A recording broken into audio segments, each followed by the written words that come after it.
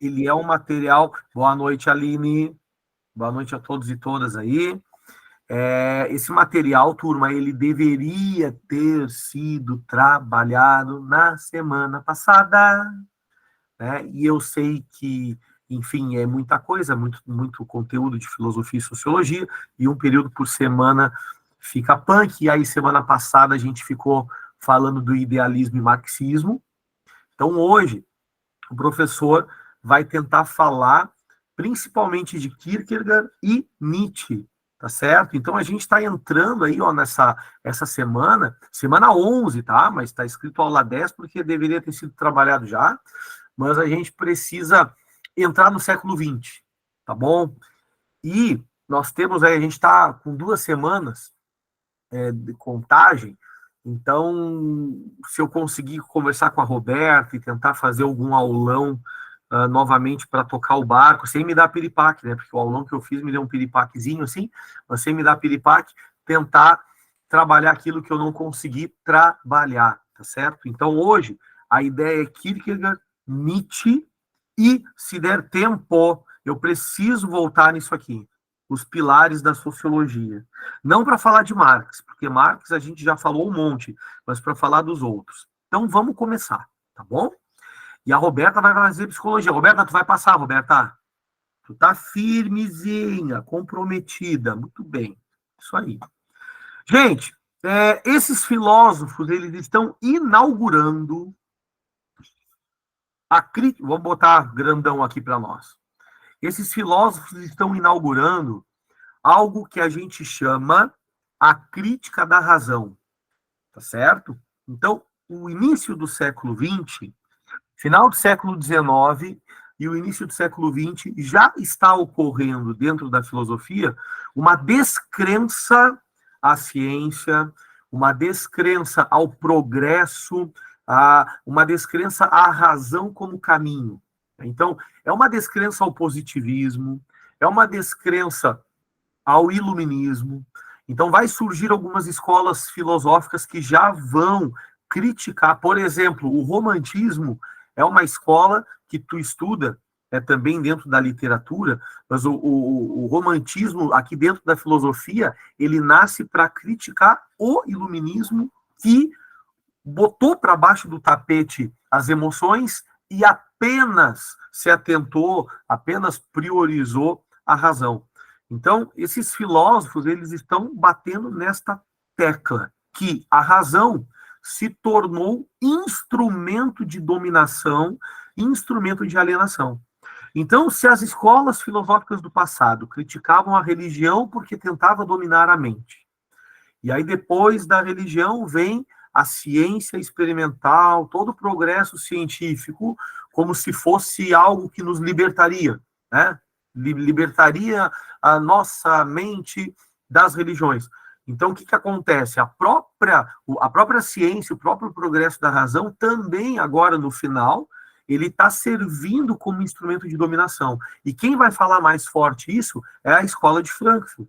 A Escola de Frankfurt está se dando conta, os filósofos da Escola de Frankfurt estão se dando conta que a mídia, por exemplo, toda a indústria europeia, tudo aquilo que se produziu em termos de ciência, os PhD da sociologia, os PhD da física, os PhD da química, todos estão trabalhando, principalmente na Europa, para o nazismo.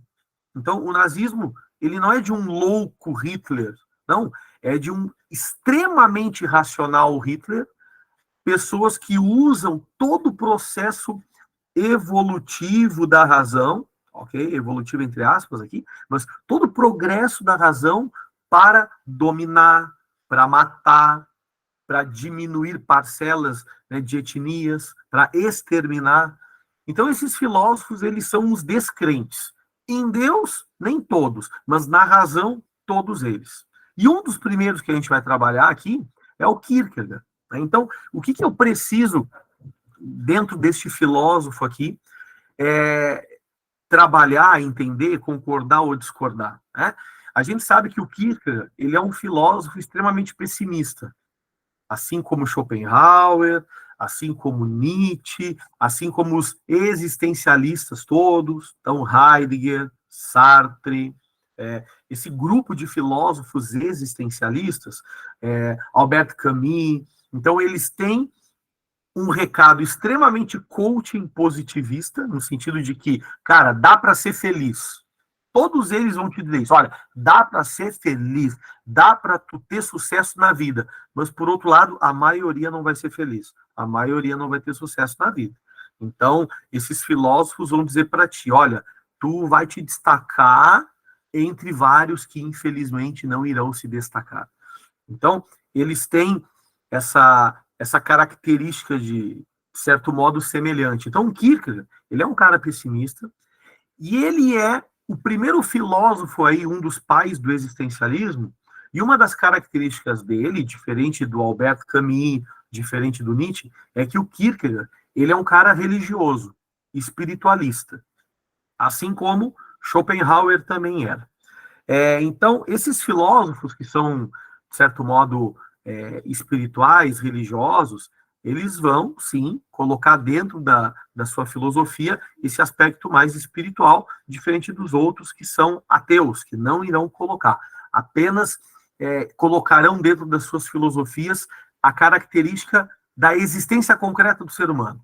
Para Heidegger, por exemplo, o homem é o homem concreto, é o homem que se faz homem na história. Então, quando eu falo homem aqui, falando de humanidade, mas dentro da filosofia, eles vão trabalhar com essa palavra homem, enfim. Se estivessem vivos hoje, daqui a pouco colocariam humanidade. Mas o homem se faz no dia a dia concreto, na existência. E o Kierkegaard, ele vai trazer duas coisas para nós, tá? Primeiro, que todos nós somos atormentados pela angústia. Ok? Todo mundo aqui é angustiado da vida. Então, primeiro ponto pessimista para Kierkegaard. Ele é o filósofo da angústia. Tu é angustiado? Tu já sofreu de angústia? Como é que a gente pode denominar o que é angústia? Para ti, o que é angústia? Para ele, angústia é algo que nos assola.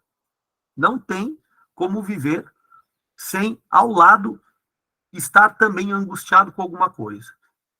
Schopenhauer vai dizer que nós somos insatisfeitos por natureza, porque nós temos o desejo de desejar. É mais ou menos com o amor eros de Platão. O amor eros de Platão, tu ama a falta, mas no momento que tu tem, não é mais falta, virou presença, deixou de ser amor. Então, para Platão, que diz que o nosso amor é eros, porque a gente ama o que não tem, mas quando tem, por ter, deixa de amar, Schopenhauer entra nessa mesma lógica. Nós somos insaciáveis, nós temos o desejo pelo desejo, e não pela coisa em si, e o Kierkegaard, então, vai dizer que nós somos angustiados por natureza. Mas tem um ponto positivo. Se nós somos angustiados, ok? É justamente porque nós somos livres. Então, para Kierkegaard, nós somos livres. E uma das consequências da nossa liberdade é a angústia. Quer um exemplo? Alguém aqui está muito confuso ainda sobre que faculdade vai fazer? Levanta a mão assim que está, professor, eu ainda não sei direito, por exemplo. Se tu ainda não sabes direito o que tu vai fazer da vida, em termos de universidade, ainda não conseguiu, isso é reflexo de que tu é livre para escolher. Então, só é confuso quem tem liberdade de escolha, de certo modo. Então, a liberdade, ela traz juntamente com ela a questão da vertigem, que ele vai chamar. A vertigem da angústia, a vertigem da liberdade. Tem uma passagem de Kierkegaard que é... Olha a loucura da passagem, tá? Imagina que tu tá no precipício, tá certo? E lá em cima do precipício, tu bota os pezinhos bem em cima, assim, sabe? Do cume da montanha lá. E naquele momento que tu tá lá bem em cima, Kierkegaard vai dizer que a gente fica tonto, que vai te dar uma vertigem. E essa vertigem, para ele, filosoficamente, é justamente a ideia de que tu só não te joga porque tu não quer te jogar. Porque tu terias a liberdade de dar um passo para frente ou um passo para trás. E para ele, todas as nossas escolhas são escolhas em que é muito difícil tu ter certeza absoluta de uma escolha tua, por exemplo. Então, tu escolhe, mas junto com isso sempre vai ver, será que eu escolhi certo? Será que eu escolhi? Será que é isso mesmo? Na verdade, não tem como saber, né? Desculpa o meu parêntese aqui, pessoal. Hoje eu olhei para minha filha dentro do carro e ela não sabe se é IF, se é KVG, ela tem 15 anos, né? E aí eu olhei para a Esther e disse assim, filha, é o seguinte, filha, tá na hora de tu pensar de modo intuitivo nisso, porque a gente não sabe, né? Tem tanta coisa que a gente não sabe se é certo ou não, se a escolha é boa ou não. Então, como a gente não tem certeza do amanhã, tu tem que fazer uma escolha sem pensar no pai, sem pensar na mãe, porque afinal quem vai pagar os teus boletos é tu, quem vai trabalhar é tu, então tu tem que te decidir. Porém, a gente não tem certeza das coisas, né? A gente vive uma era de incerteza, muito mais uma pessoa de 15 anos, né? Uma adolescente de 15 anos. Então eu disse para ela, olha filha, faz um silêncio, olha para dentro de ti e intuitivamente, tu precisa me dizer se é IFSU ou KVG. Por que que eu estava nessa dúvida? Porque essa gurizada que vai fazer IFSU ou KVG, não dá para fazer os dois, né? A gente vai ter que fazer a inscrição da prova e eles vão ter que escolher, ou é IF ou é KVG. Então ela tem que escolher até o dia 23, se eu não me engano. Então a gente não tem certeza das coisas. Mas ao mesmo tempo a gente tem que dar um saltinho, a gente tem que dar um pulo, a gente tem que dar um salto na fé. O que é fé? Acreditar naquilo que eu não vejo. Acreditar num futuro que ainda não está totalmente palpável por mim. Quando eu não consigo lidar com as consequências da minha escolha, eu já não estou num processo de angústia, eu estou num processo de desespero. Então, o que é o desespero? É justamente o fato de que eu não consigo lidar com as consequências da minha liberdade e da minha escolha. Então, para Kierkegaard, ou a tua liberdade ela vai te trazer reflexos de angústia, ou a tua liberdade, enquanto consequência, vai te trazer reflexos de desespero. E o modo livre que a gente vai caminhando para frente, desculpa a redundância, ele vai trazer, né, formatações de vida, estágios de vida.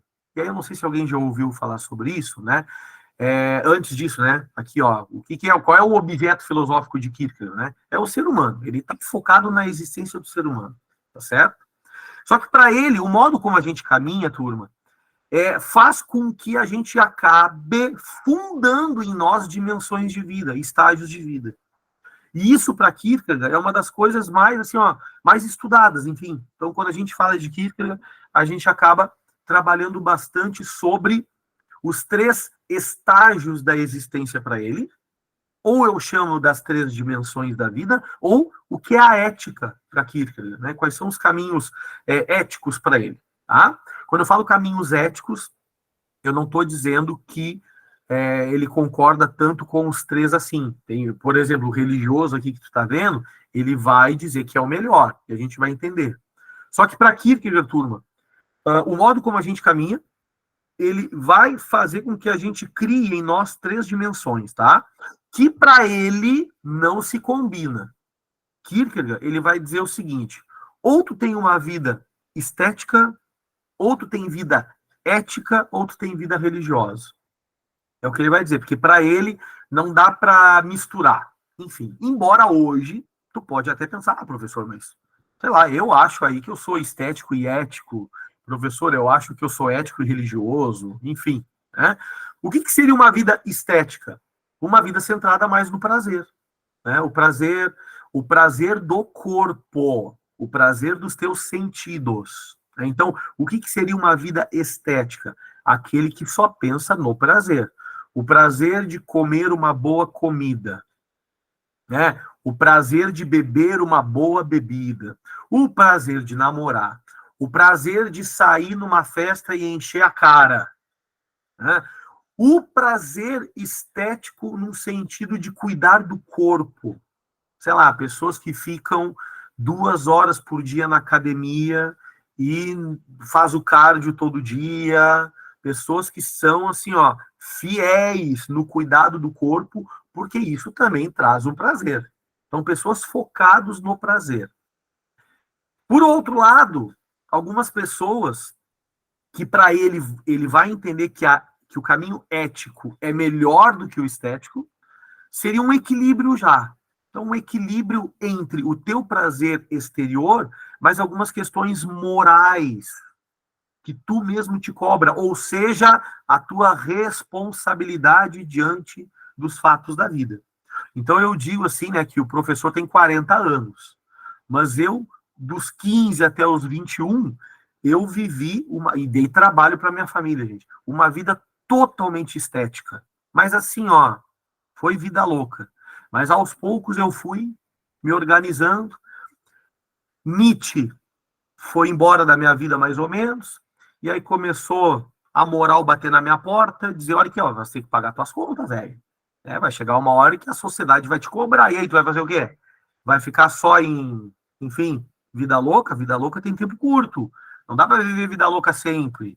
Embora a gente conheça alguns estéticos aí de 50 anos na cara, né? Que só vive na loucuragem. Mas a gente precisa, em Kierkegaard, acordar, bom, né? E eu tenho certeza que nós aqui, de certo modo, neste momento, turma, quantos em aula são, né? Tá todo mundo na postura moral, ética, quero passar, estou preocupado com a prova lá do dia 5, estou preocupado com o simulado. Então, existe um equilíbrio aí, existe uma responsabilidade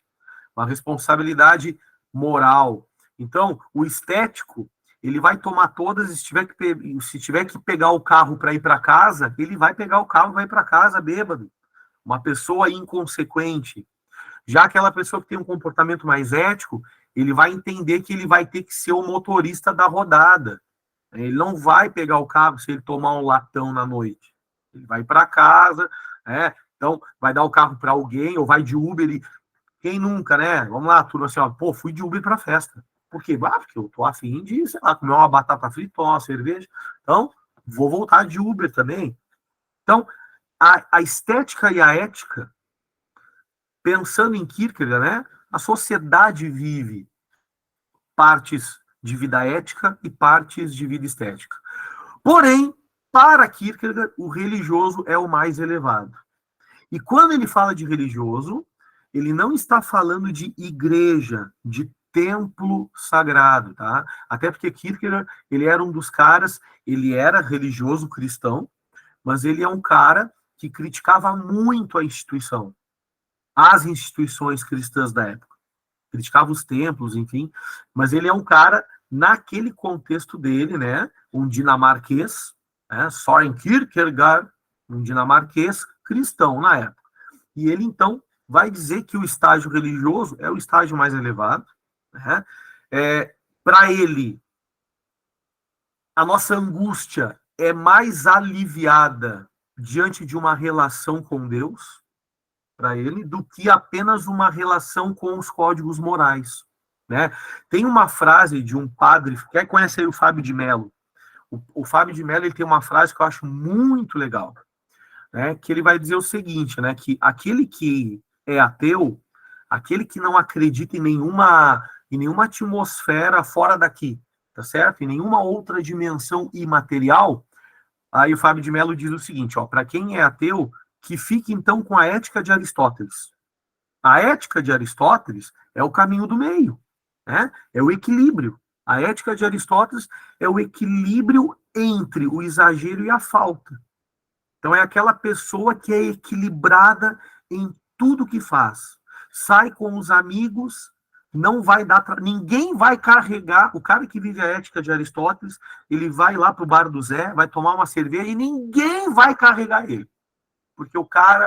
Porque a menina, porque o menino consegue se organizar de modo de que vai dar aquele plinzinho, tô bem, tô legal, vou dar umas risadas, mas tô inteirão para ir para casa. Então, o ateu vai ficar com a ética de Aristóteles. Para Kierkegaard, então, eu precisaria, na visão dele, me relacionar com o homem-deus. Por que ele diz homem-deus, tá? Quando Kierkegaard fala homem-deus, Ele não está falando de um Deus barbudo com cajado que tem uma voz grave. Ele não está querendo dizer isso. Ele está querendo dizer o seguinte, que como é que qualquer ser humano, que acredite em alguma divindade, pensa aí, né?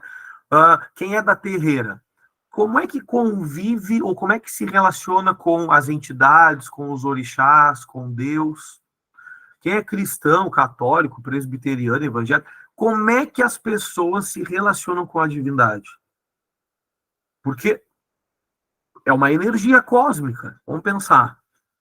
É uma energia cósmica essa questão de divindade, o divino, o sagrado. Como é que as pessoas se relacionam? Tratando essa energia como um sujeito. Então, as energias divinas, né, acho que modo amplo para poder pegar todas as religiões, né? Então, as energias divinas, o ser humano lida com essas energias divinas tratando não como coisa ou como uma energia em si, mas como sujeito. Então, as pessoas que são sujeito tratam as energias cósmicas como sujeito. Então, é nesse sentido que ele está dizendo. Né? Então, a relação entre o eu e o homem. Por que para ele o religioso é o ponto mais elevado, tá? Porque ele é um ponto de paradoxo. Por que é um ponto de paradoxo?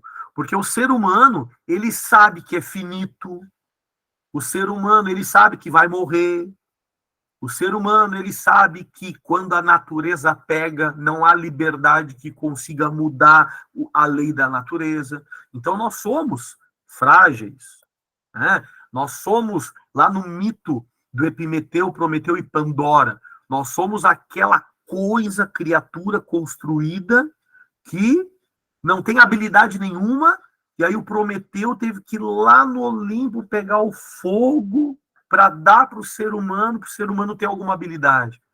Então a gente vive sabendo que nós somos seres limitados, finitos, parará. E por que é paradoxo?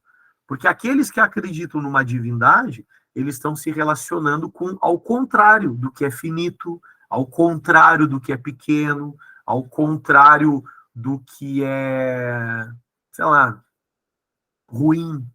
O ser humano é mau. Então no momento que eu acredito numa divindade, eu também estou atribuindo a ela uma perfeição bem maior do que a nossa. Só que como é que eu vou acreditar? Como é que eu provo que essa divindade existe? Não tem como provar. Então não é pela lógica, é pela fé, é pela decisão. Então ele vai dizer que existe um salto aí, ó, um salto para o desconhecido, um salto na fé. Alguns se animam a dar esse salto. Outros não se animam, outros querem, outros não querem, enfim. Mas o Kierkegaard, então, ele vai ter esta defesa ética, tá? Bom, é óbvio que Nietzsche, que é o próximo filósofo aqui, ele não vai concordar com Kierkegaard, tá certo? Porque Nietzsche, ele vai fazer o caminho oposto. Para Nietzsche, a vida é estética. Então, se Kierkegaard mete o pau na vida estética, Nietzsche ele vai defender muito a vida estética, a vida do prazer. Tá, mas assim, ó, para falar de Nietzsche aí, levanta a mão quem está acordado. Tem alguma pergunta, alguma consideração? Quem é que está em aula? Vocês estão dormindo, porque eu peguei aqui a marcha e saí correndo. Tá todo mundo aí? Então vamos lá, gente, tá bom? Nietzsche, que é um filósofo bacana, que já caiu no Enem, tá bom? Já caiu no Enem. O Nietzsche, ele é um crítico da razão de modo severo mesmo. Esse aqui é o cara que a gente tem que pensar. O filósofo que mais criticou a razão e o progresso é o Nietzsche, tá? E o Nietzsche, a gente precisa, assim, eu sei que tem um monte de coisa escrita aqui, tá? Só que o professor não vai ficar lendo, porque senão eu acho melhor ficar explicando do que tá fazendo a leitura, tá? Mas vale a pena a leitura do material, tá bom? Mas algumas coisas que a gente precisa entender sobre Nietzsche, tá? E quem já teve aulas de Nietzsche no colégio pode fazer algumas perguntas sobre, tá? Porque o ensino médio, gosta muito, dentro ali da filosofia, gosta muito das concepções e dos entendimentos de Nietzsche, porque se aproximam muito com as nossas atitudes da juventude. Então, Nietzsche, ele é um cara que é interessante, a gurizada gosta do cara. Né? Então, vamos lá. Para Nietzsche, a sociedade, ela vive um processo de decadência. E quando ele fala sociedade, ele está falando da sociedade ocidental. Para ele, houve um momento na história humana em que as pessoas souberam viver bem, souberam viver de modo extremamente vital, como ele diz. Houve um tempo que a humanidade conseguiu viver de modo extremamente ativo, ou seja, na potência ativa vital da vida. Só que olha que interessante, sabe quando é que, na visão do Nietzsche, quando é que isso aconteceu? Lá na época da mitologia grega, lá na época em que não tinha filosofia. Para ele, antes do surgimento da filosofia, é que verdadeiramente as pessoas sabiam viver. As pessoas viviam bem, uma qualidade de vida extremamente ativa e vital. Para ele, existem dois grandes culpados da decadência do Ocidente. O primeiro culpado da decadência, Sócrates. Para ele, turma, Sócrates inventou o racional. Sócrates é o cara que inventa a razão. Sócrates, ele vai inventar o bem e o mal. Ele vai inventar o julgamento moral. E no momento em que Sócrates começa a teorizar, julgar, criar o certo e o errado, criar a razão, para Nietzsche foi o início da decadência do Ocidente. Então, o primeiro culpado para Nietzsche foi Sócrates. O segundo culpado para Nietzsche foi o cristianismo. O cristianismo, para Nietzsche, acabou de vez com a força vital do ser humano. Por quê? Porque tanto Sócrates como o cristianismo desconsideraram as forças da natureza, aquilo que te dá prazer, as forças ativas, desconsideraram aquilo como elementar, colocaram um rótulo de inferior, colocaram um rótulo de pecado. Pecado, isso aqui é pecado, e fez com que o ser humano se distanciasse da sua natureza. O ser humano, antes de Sócrates, antes do cristianismo, o ser humano, cara, a preocupação do ser humano grego era viver.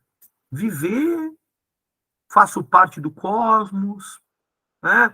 Vou curtir a minha vida, se eu quiser extravasar, eu vou extravasar sem peso na consciência nenhum. Então, vou viver o que o meu instinto e o que a minha natureza me convida. Isso é vida louca, professor? Não necessariamente, porque nem sempre a natureza vai me convidar a meter o pé na jaca. A natureza, ela me convida também ao equilíbrio. Só que a natureza me convidar a um equilíbrio é totalmente diferente de um código moral me convidar. Aí o código moral não convida, né? O código moral, ele acaba te impondo um equilíbrio. É diferente. Então, Nietzsche, ele vai trazer a ideia de que o ser humano, turma, sabia viver bem, não se preocupava com complexo de culpa nenhum, né? Não tinha esse tipo de julgamento. Ah, olha lá o que o ser humano fez lá, bah, tá louco, bah, como é que pode? Né? Então, esses julgamentos, essas fofocalhadas que a gente tem hoje em dia, né? Como é que aquela pessoa, olha só, foi na festa, bah, meu Deus, pegou uns 10, deu uns beijos, deu beijo, todo mundo passou o rodo, né? Bah, que galinha, nossa. Então, esse tipo de julgamento, assim, nasceu com a razão, nasceu com o ato de julgar, e para ele, Sócrates é o culpado. E o segundo culpado é o cristianismo, justamente porque o cristianismo condenou o prazer do corpo. Né? Olha que interessante, quem se lembra do mito da caverna, para ficar mais assim, mais desenhado para nós, para Platão, a vida boa é fora da caverna. Né? Platão, ele te convida, tia, vamos sair da caverna, porque dentro da caverna é o mundo sensível, é o mundo do prazer, é o mundo da ilusão, é o mundo da mentira. O que Nietzsche está dizendo? Vamos voltar para a caverna, porque esse papinho de fora da caverna, para Nietzsche, não existe. Nietzsche não acredita num mundo inteligível, fora daqui. Para ele, para Nietzsche, o mundo é a caverna. E nesse momento da humanidade, as pessoas, antes de Sócrates, tá? As pessoas associavam ou se identificavam com dois deuses gregos. Tá? E aí agora essa acho que é uma parte mais importante do que antes, tá? Para a gente entender essa questão. Nietzsche acredita nos deuses gregos? Não, Nietzsche não acredita. Tá? Mas Nietzsche, vamos lá, Nietzsche ele não acredita, mas ele se dá conta de que o ser humano, quando era conduzido pelos mitos gregos, vivia mais feliz, na visão de Nietzsche. Então, o homem grego, a mulher grega da época, eles ou viviam a postura de Apolo por horas, ou viviam a postura de Dionísio. Nietzsche vai dizer que havia um equilíbrio entre o Dionísio e o Apolo.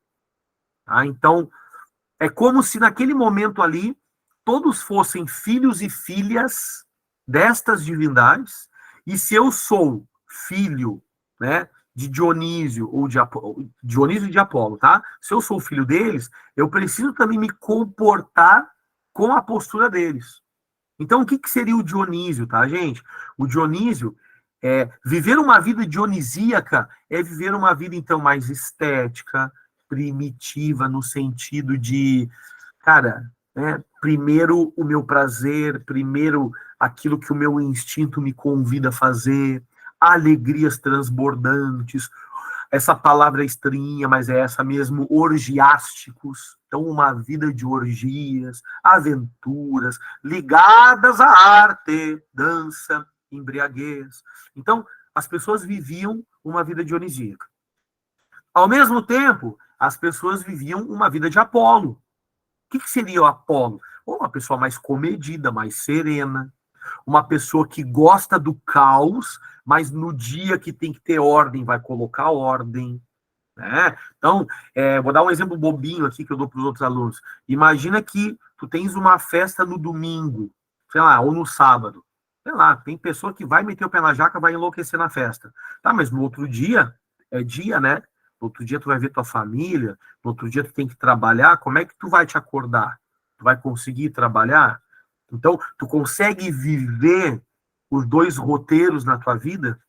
Tu consegue viver o roteiro mais dos prazeres e ao mesmo tempo, porque tu és um ser ético, moral, social, tu vai viver o mundo do trabalho, tu vai viver o mundo do estudo, tu consegue viver os dois mundos? Alguns vão discordar do que eu estou falando no sentido de que, professor, não dá para viver os dois mundos, prof, porque existe um aspecto religioso que eu creio e que, sim, diante do aspecto religioso que eu creio, não dá para viver os dois mundos. Ok? Mas eu estou falando de um filósofo aqui que não tem para ele essa dimensão religiosa. Então, para ele, a vida boa seria o equilíbrio entre a ordem e a desordem.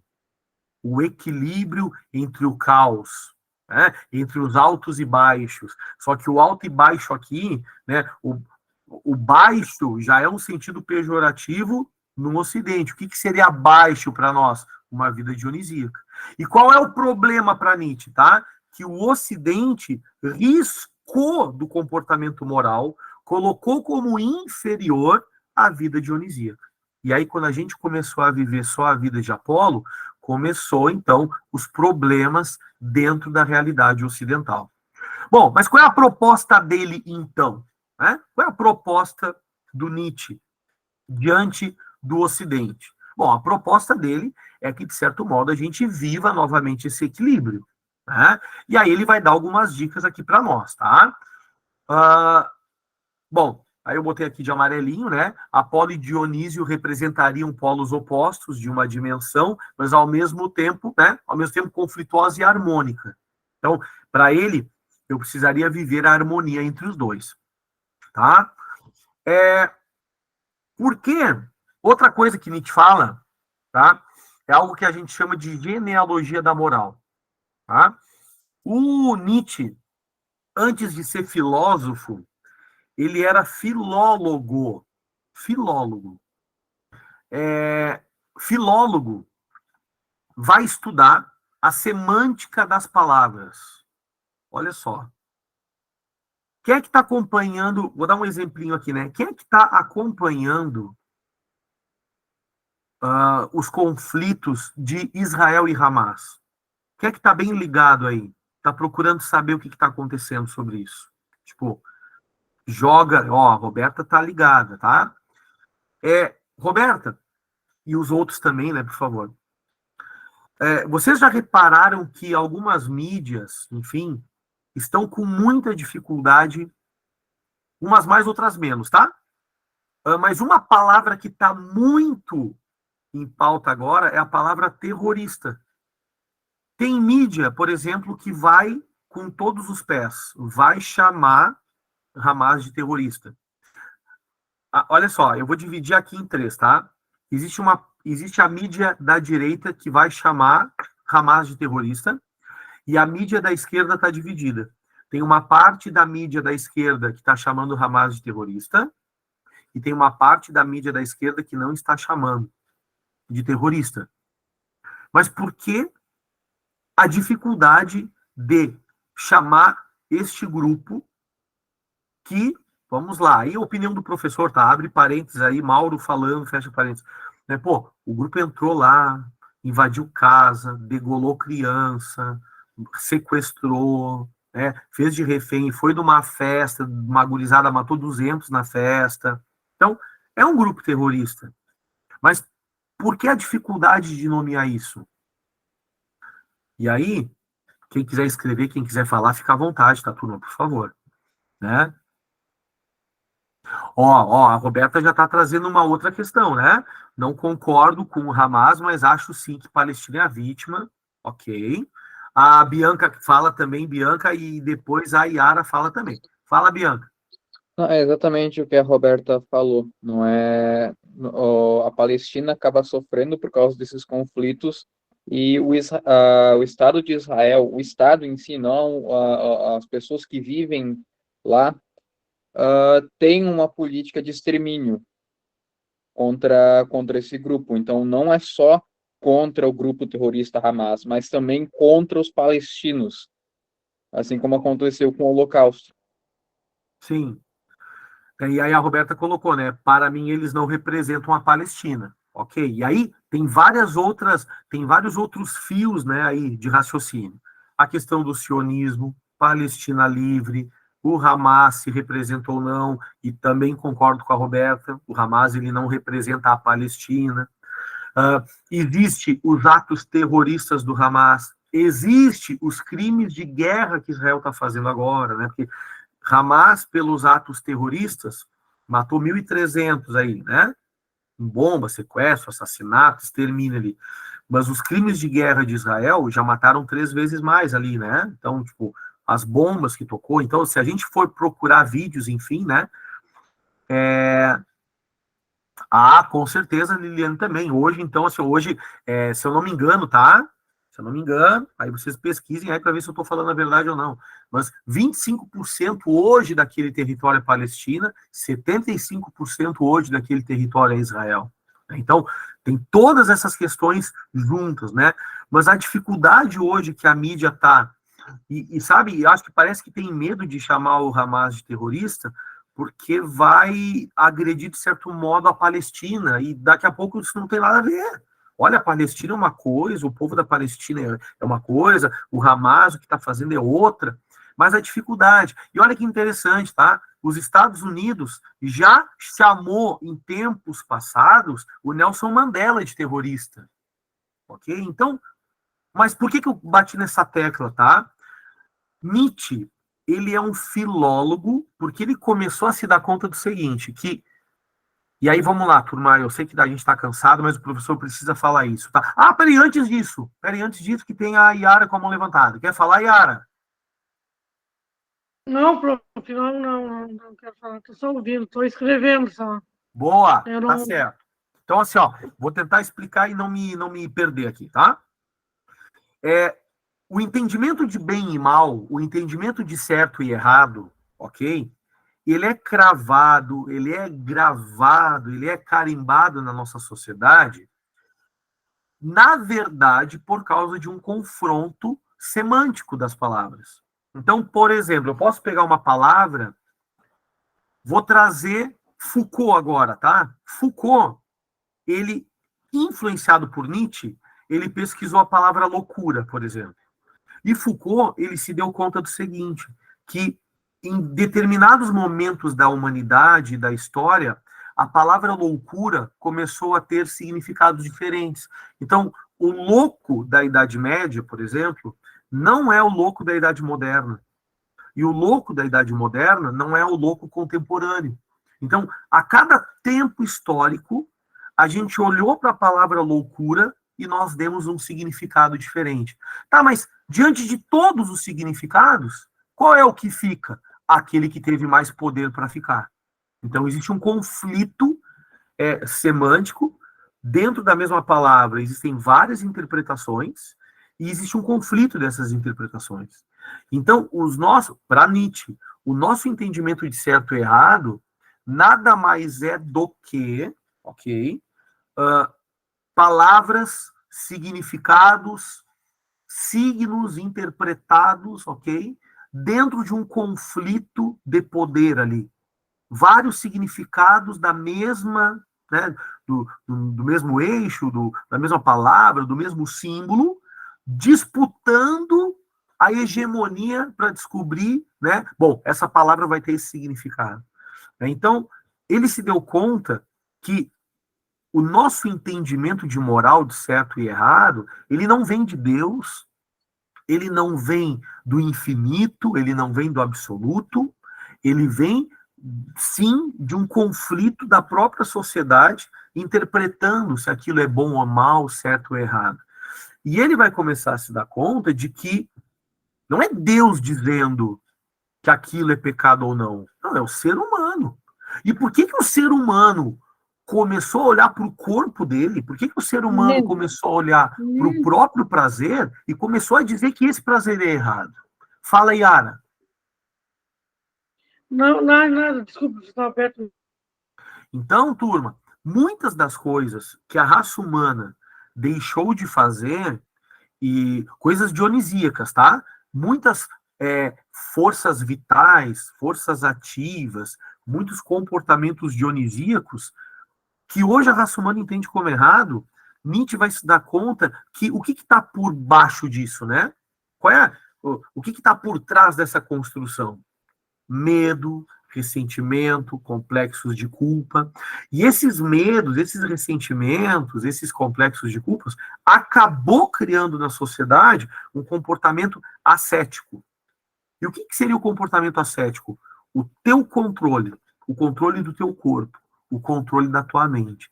Então, o professor colocou aqui embaixo, né? O que seria o ascetismo, né? Autocontrole do corpo e do espírito. Para os gregos, esse autocontrole levaria as pessoas na busca da verdade. O que é o Platão? Olha só, o grego adorou a ideia de Platão. O que Platão diz para nós? Esquece o prazer, esquece a vida sensível, renuncia aos prazeres da carne e vai viver de modo inteligível para descobrir a verdade. O que as religiões fizeram, Roberta? Começaram a entender que essa renúncia do prazer, não coloquei a chamada, Juliana, que essa renúncia do prazer permitiria para mim a elevação do espírito e a salvação. Não só a igreja cristã que acredita na ressurreição, mas as religiões que acreditam na reencarnação, algumas, por exemplo, são até mais radicais. Pega o hinduísmo, por exemplo. Cara, a Índia tá cheia de vaquinhas, a Índia tá cheia de vacas lá, né, de gado, e um monte de gente passando fome. Só que aquela pessoa lá que está passando fome não vai comer a vaca. Por quê? Porque eu prefiro morrer de fome aqui e não comer a vaca do que perder a vida eterna. Então a ONU olha para a Índia e diz assim, ó, a ONU olha para a Índia e diz assim, ó, indianos, por favor, vamos fazer um churrasco aí? Vamos fazer um churrasquinho? Tá, não vai falar assim, é óbvio, né, gente? Mas o indiano vai dizer, não, porque a vaca é um animal sagrado. E eu não vou, né, sujeitar o meu corpo, né, a este prazer, porque eu sei que eu vou tornar a minha alma impura, inferior, e eu não quero perder a salvação, porque para quem acredita na reencarnação lá no Oriente, o processo de vida-morte, vida-morte, vida-morte, vida-morte, é castigo. Então eles vão tentar viver uma vida ascética, de autocontrole do corpo e do espírito, do modo radical, porque eles querem sair daquela realidade da reencarnação para viver eternamente. Então, Nietzsche ele está se dando conta, e aí vamos lá, né? Defesa do Nietzsche agora. O que Nietzsche diz? Que essa ideia, então, de renúncia dos prazeres, parar, o que está por trás? Não são coisas boas. Foram ressentimentos, complexos, julgamentos, medos que fizeram com que a gente se retraísse. E ele vai chamar essa renúncia, né, a Roberta colocou, a igreja acaba criando muitos tabus a respeito do prazer. Sim, com certeza. Falando de neurose, né, Freud vai trazer essa ideia, né, de que a repressão sexual, de que todo o processo de renúncia do corpo, de renúncia do prazer, trouxe para a sociedade uma vida de neuroses, né? Olha que louco isso, tá, turma? Para Freud, a civilização, uma das bases da civilização é a repressão. Olha que louco, tá? Tu te acordou hoje de manhã, não por causa do sol ou por causa da chuva. Tu te acordou porque despertou o teu horário cronológico, e aí tu, mesmo querendo dormir, a natureza te convidando, fica mais um pouco. A natureza te convidando, né? Fica na cama, não sai. Que vai pro trabalho o quê? Que vai estudar o quê? Fica em casa. Aí tu pensou, não posso, porque eu não sou mais estético só, eu sou ético, eu tenho que viver conforme os padrões da sociedade. Então Freud ele vai dizer que essa civilização do trabalho, do estudo, da vida social, ela é a todo momento repressão às tuas necessidades da natureza, às tuas necessidades de prazer. Então a sociedade que foi criada, essa sociedade que a gente vive no ano de 2023, é claro que Freud não está mais vivo, né, gente? Mas é a sociedade da repressão das naturezas. Olha que louco isso. Então, a gente, para poder viver desse modo que a gente está vivendo... Gente, olha só, olha, honestamente, tá? 40 pessoas aqui dentro da aula, tem gente que... Professor, Professor, bota essa chamada, deixa eu responder e já era, professor, deu. Porque a natureza quer descansar. A natureza quer comer uma coisa, tomar um chazinho, ficar de boa vendo uma série na TV. Mas a nossa vida social nos coloca comportamentos que vão contra aos teus, sei lá, desejos neste momento. Tá certo? Então, a Aline deu aqui, mas é isso aí, Aline, né? Nós estamos a todo momento numa repressão, tá? Esse é... Como eu dizer, a consequência da liberdade contratual. Olha o contrato social lá. Eu não estou mais no estado de natureza. Eu não vivo mais no estado de natureza. Eu vivo no estado, a minha liberdade contratual, a minha liberdade social. E vamos lá, né? Para eu me libertar, professor, para eu me emancipar, eu preciso passar nesse Enem. A educação é um caminho de resistência. A educação é um caminho revolucionário de emancipação, e por isso que estou aqui, professor, cansado, mas estou aqui. É isso aí. Vamos lá. Vamos junto. Nietzsche, antes de falar do niilismo e da morte de Deus aqui, que uma das frases mais conhecidinhas dele é que Deus está morto, né? Só retomando uma coisinha. Para Nietzsche, tem duas forças aí na tua vida. A força ativa e a força reativa. Tu tem duas vontades de potência. Tu tem a potência vital ativa e a potência que te dá um banho de água fria. A potência reativa. A potência ativa seria aquele equilíbrio ali, ó, Dionísio e Apolo. Uma vida reativa é uma vida que vai descaracterizar os prazeres e vai colocar os prazeres como algo errado na nossa história, tá bom? Nietzsche, ele vai entender o seguinte, que todos esses, então, Roberto e companhia, que vivem uma vida de tabus, obedecendo demais esse entendimento moral, cristão, de que o prazer é pecado, de que o prazer não vale a pena, para ele, está vivendo um verdadeiro niilismo. O que seria niilismo para Nietzsche? O nada. Tipo assim, ó, cara, o nada. Tipo assim, ó, tu tá negando os prazeres da terra em troca de prazeres eternos e celestiais que não existem na visão do Nietzsche, tá? Que não existe. Então, assim, ó, que adianta tu dar as costas para os prazeres da terra e te abrires para os prazeres do céu, se isso não vai dar em nada? Então, assim, ó, a pior coisa que um ser humano pode fazer é negar a vida aqui, ó, existencial, em troca de uma vida em outro lugar, que para Nietzsche não existe. Então, o primeiro niilismo é esse, tá? Quem vai fazer essa interpretação do niilismo, tá, de Nietzsche é Deleuze também, que é um filósofo da diferença, é um filósofo contemporâneo, enfim, tá? E ele vai se dar conta do seguinte, que ou o ser humano, tá, tem esse niilismo negativo, de que tu nega a tua vida, tu nega a tua força vital, ok? Tu nega as tuas paixões naturais em troca de uma salvação, tá? Mas também tem aqueles que vão fazer a negação ao contrário, vão negar a transcendência, vão negar as ideias, vão negar todas as ideias absolutas para viver apenas o prazer natural. Para Nietzsche, esse niilismo reativo aqui, né, que embora essa palavra reativa aqui confunda, tá, mas que não vem dele, vem do Deleuze agora, né, seria um bom niilismo. Porque para Nietzsche, eu não tenho que dar as costas para o prazer da terra, ao contrário, eu tenho que dar a frente, eu tenho que dar as costas para os prazeres do céu, e eu tenho que viver os prazeres da terra. Para Nietzsche, isso é vida, isso é força vital. Então, eu tenho que renunciar a essas ideias absolutas que botaram na minha cabeça. Ideias que não vão me levar a lugar nenhum, ou seja, que vão me levar ao nada. Então, eu tenho que renunciar a tudo isso.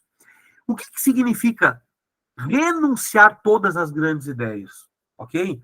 Não são somente ideias religiosas. E aí agora aqui, ó, vamos, né? Eu sei que a gente está cansado, mas olha só. Quem defende, assim, ó, mais com grande convicção, socialismo, comunismo, capitalismo, liberalismo, qualquer ismo, ok? E bota a camiseta do Nietzsche, por exemplo, não está entendendo quem é Nietzsche. Por quê?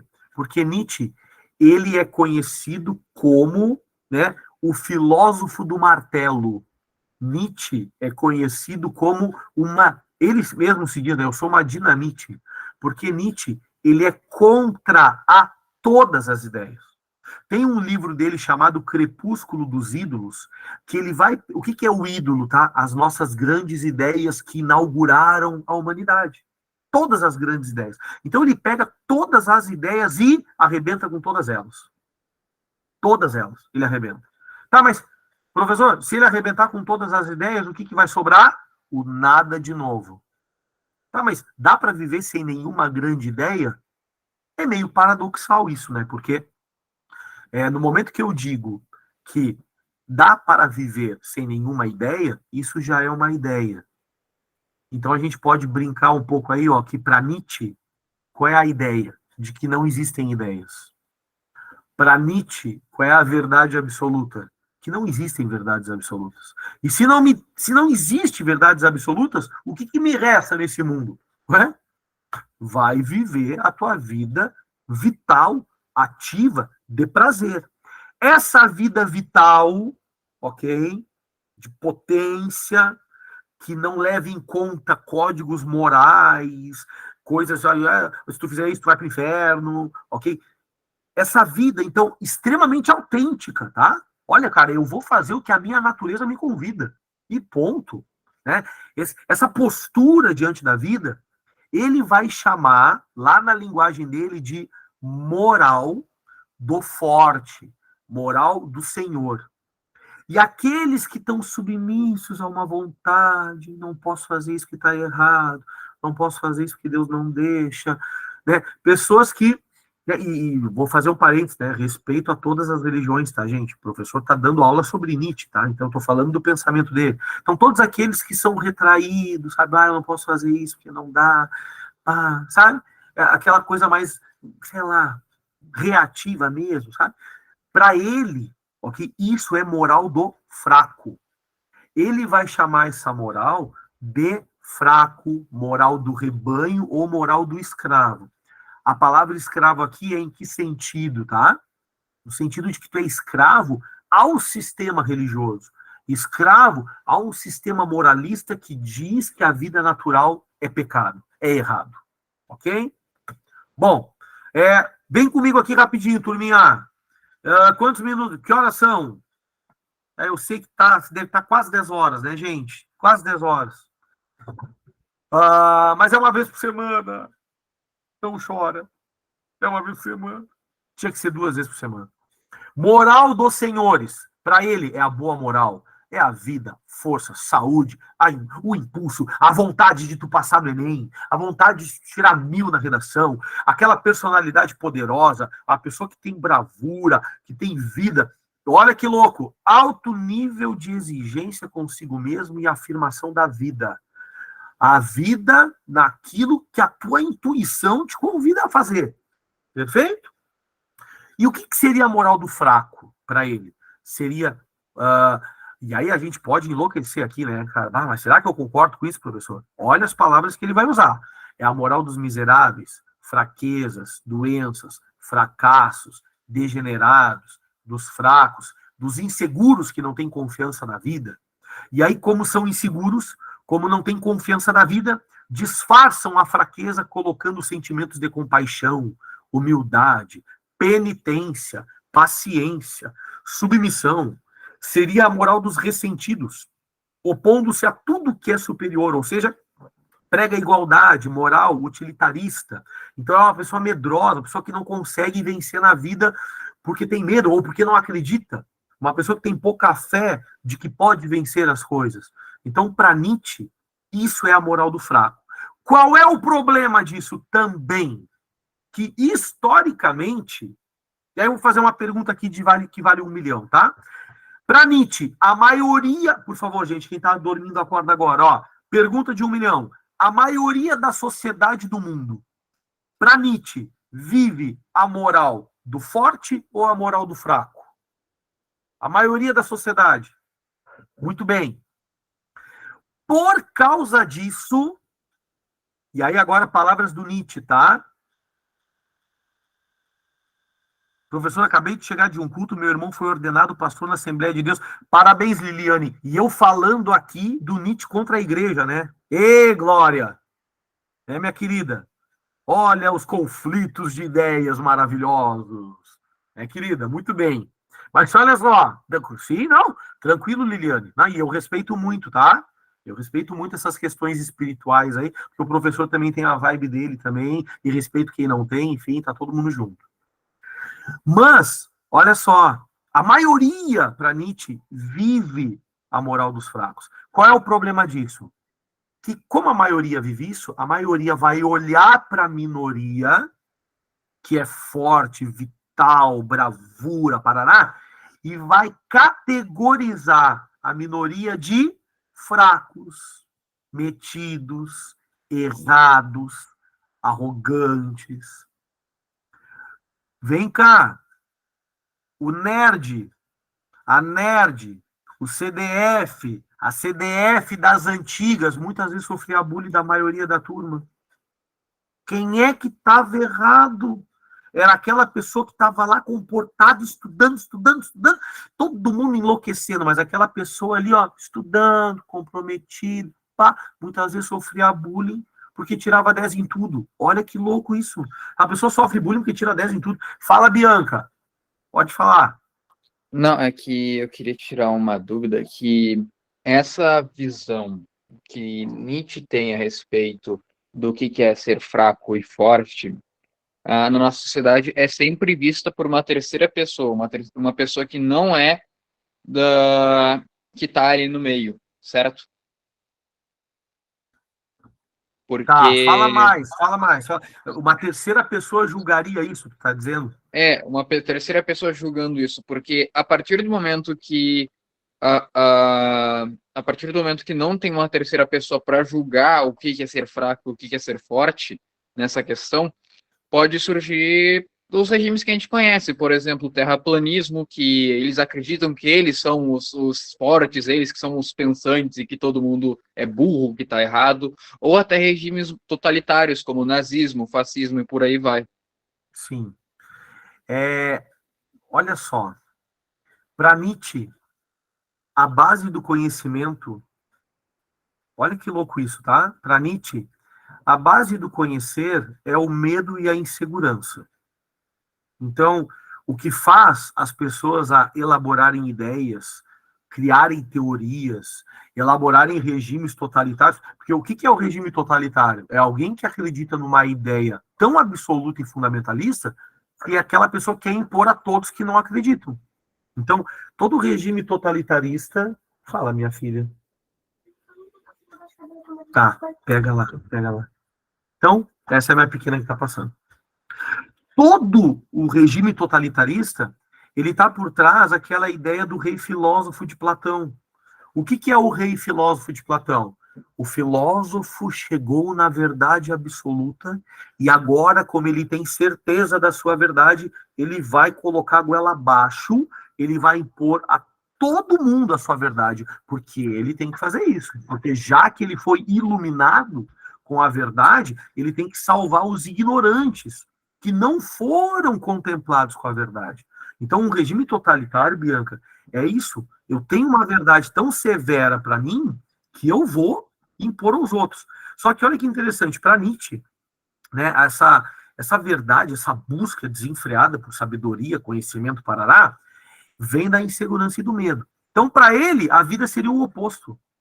Tipo, se não há, Schopenhauer vai dizer isso, né? Se não há verdades, para que eu vou estar querendo saber? Tipo, é meio masoquismo, né?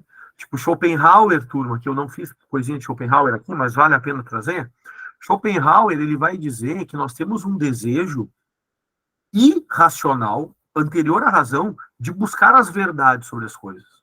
O problema é que, para esse grupo de filósofos aqui, a verdade não existe. Então é meio masoquismo.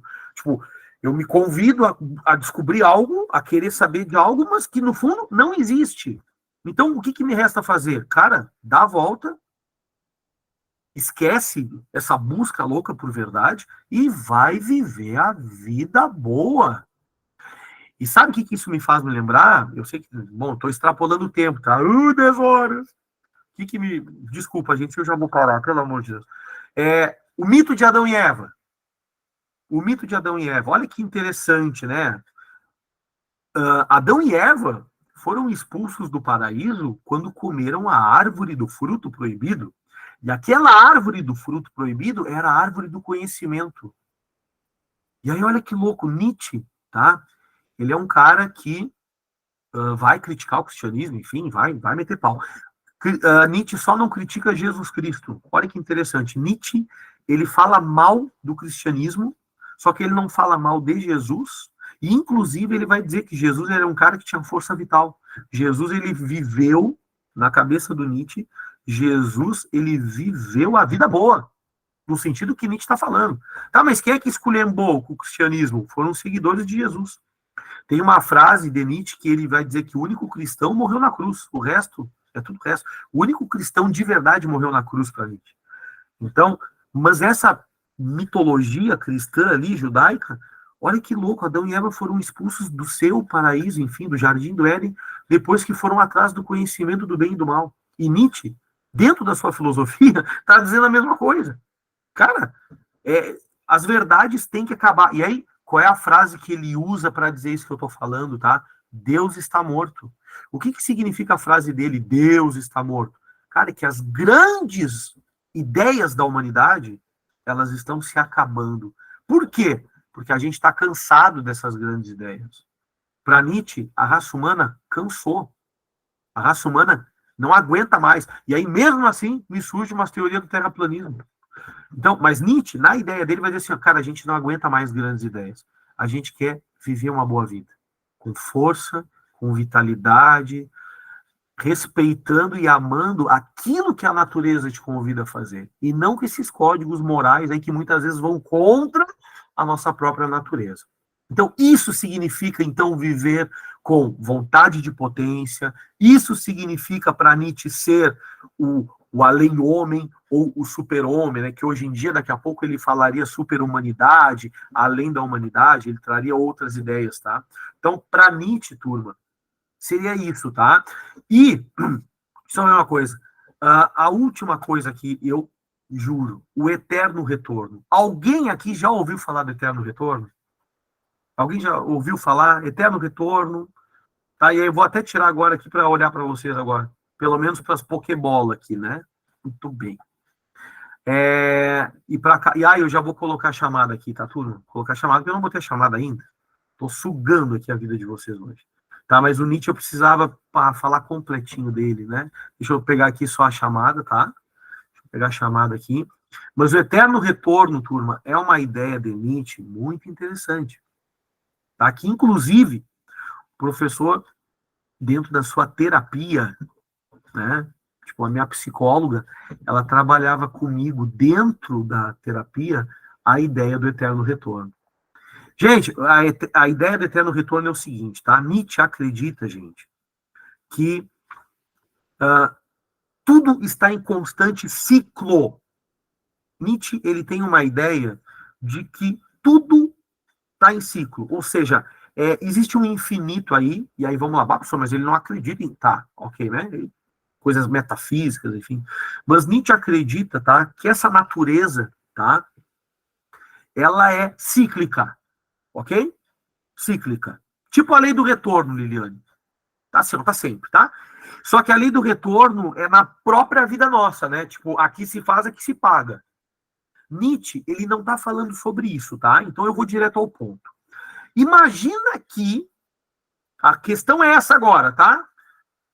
Imagina que todos nós, neste exato momento aqui, a gente faleceu. Acabou a nossa vida. E nós, diante da não-vida, aparece na nossa frente um ser espiritual que pode ser um anjo ou um demônio. Tu não sabe, tá? E que faz uma proposta para ti. Tu aceitaria viver infinitamente a tua vida? Assim, ó. E assim, ó, detalhe, sem tirar nem pôr. Todas as tuas alegrias tu vai repetir. Todas as tuas tristezas tu vai repetir. A tua boa infância tu vai repetir. A tua infância ruim tu vai repetir. Sem tirar nem pôr, é o pacote inteiro. Então, tu aí, ó, tu tem 18, 20 anos, 25, 40. O Mauro tá com 40, vou fazer 41 em novembro. Se aparecesse para nós, então, essa divindade e dissesse para ti, e aí? Tu topas viver infinitamente a tua vida? E aí a Amanda me traz algo extremo, minha querida, olha o que a Amanda... Leiam o que a Amanda botou ali. Hã? E aí traz a Amanda aí, né? Amanda, posso te fazer uma pergunta, Amanda? Quantos anos tu tem? Desculpa te perguntar, Amanda. Ó, a Amanda tem 18. A Liliane sendo castigada com o trabalho todo dia. Muito bem. Só que a gente não sabe o que tem. Tipo, o que tem? É o desconhecido. O anjo, a proposta do anjo é o seguinte, ó. Ou tu vive infinitamente a tua vida, ou tu entra pelo desconhecido. Só que eu não posso te dizer o que é. E aí tu não faz ideia o que é. Tá, mas aí, olha só que interessante, tá? Por que Nietzsche traz isso, tá? E por que a psicologia adora essa ideia, né, do eterno retorno? Porque, e aí, com todo respeito, tá? A todo mundo que diz, que pensou aí, professor, eu viveria minha vida toda de novo, e todo respeito àqueles que não viveriam. É exatamente isso que a gente tem que pensar. Pô, mas para eu não querer viver a minha vida inteira infinitamente, sem tirar nem pôr, é porque, pô, não foi legal a minha vida. Mas, ao mesmo tempo, pô, eu tenho idade ainda para melhorar ela. Porque aqueles que passaram por grandes sofrimentos e hoje vivem grandes vitórias, se repetisse a vida, tá? Iria passar por grandes sofrimentos de novo. Mas o final da vida seria feliz. E na outra vez, o final da vida seria feliz de novo. E na outra vez, o final da vida seria feliz de novo e para sempre seria feliz o final. Ah, professor, mas quando a gente vem para a vida, a gente sabe? Não, a gente não sabe. Mas a proposta do anjo é justamente, a proposta do eterno retorno é justamente para te provocar sobre como é que tu tá a tua vida, como é que tu vive ela, né? Como está a tua vida. Então, gente, eu adoro essa ideia do eterno retorno de Nietzsche, porque ele traz para mim essa ideia, né? Pô, se eu olho para minha vida e digo que eu não quero vivê-la, né, é porque eu preciso melhorar ela. Eu tenho que criar, né, estratégias, usar minha liberdade, usar minha angústia, né, e que eu não caia no desespero lá de Kierkegaard, né? Vamos ler algumas coisas aqui, né? Eu não iria querer, sendo castigado com trabalho todo dia, não. Olha só, Liliane, fantástico, Liliane.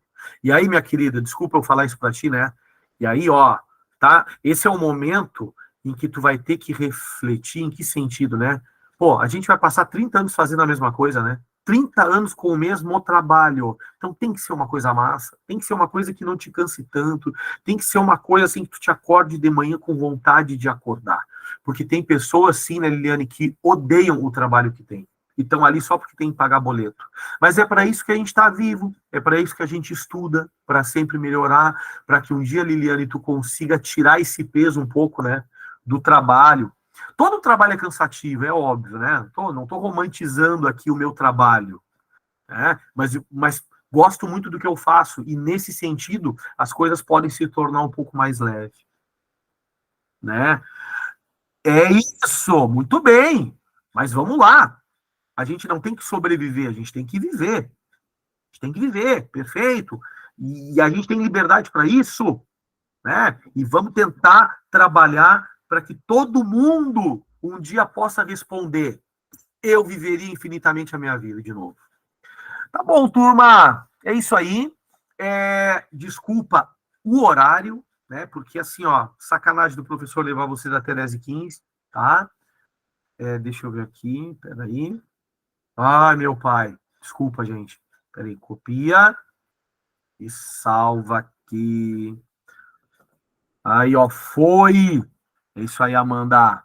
Chamada, homem de Deus. É isso aí. Tá, gente? Obrigado. Tá, assim, ó, perseverança, ok? Sucesso aí para todos, todas e todes aqui dentro. Sucesso para todo mundo. Fala, Bianca. É que eu queria fazer uma perguntinha rápida. Tu vai estar participando do aulão ou do simulado? O aulão do 1º de novembro, né? Bianca, olha só, eu vou participar de um aulão, tá? Eu só tenho que conversar com a Roberta, porque eu não sei qual é o dia, mas eu acho, tá? Eu acho que tem um aulão lá no Senac no 1º de novembro que o professor vai participar, tá? Acho que tem o Dia das Humanas e Linguagens, tem o Dia das Exatas, né?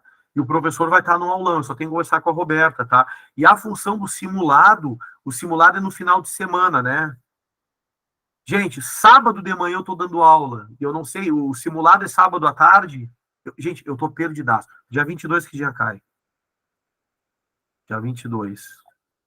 Professor, a redação é de manhã e o exercício de tarde, no sábado, dia 22. Ah, tá. Então a redação é. Tá aí, vocês vão. Mas alguns vão ficar no online e outros vão fazer no presencial? Quem é que vai estar lá no presencial fazendo? Não sei. A gente é do online. Quer dizer, eu, Tá. né? Não sei os outros. Sim, sim, sim. Tá, A gente, assim, ó. Roberta disse no grupo que não vai ter presencial. O pessoal do presencial vai fazer online também. Te entendi. Tá. Assim, ó, turma, no aulão eu estarei presente no aulão Eu só não sei, eu acho que é esse do 1º de novembro, tá? Quem me atualiza é a Roberta, gente. Mas aí eu falo com a Roberta, mas tem um aulão aí que o professor vai estar, tá? E vou falar com a Roberta agora, vou perguntar se tem mais de um aulão, porque na minha cabeça só tinha um aulão. Daqui a pouco tem mais de um aí e eu tô perdido, Bianca, nessa função. Tá? Gente, vamos desligar aqui a gravação. Tá? Beijo para vocês. Fiquem com o Papai do Céu. Bom descanso.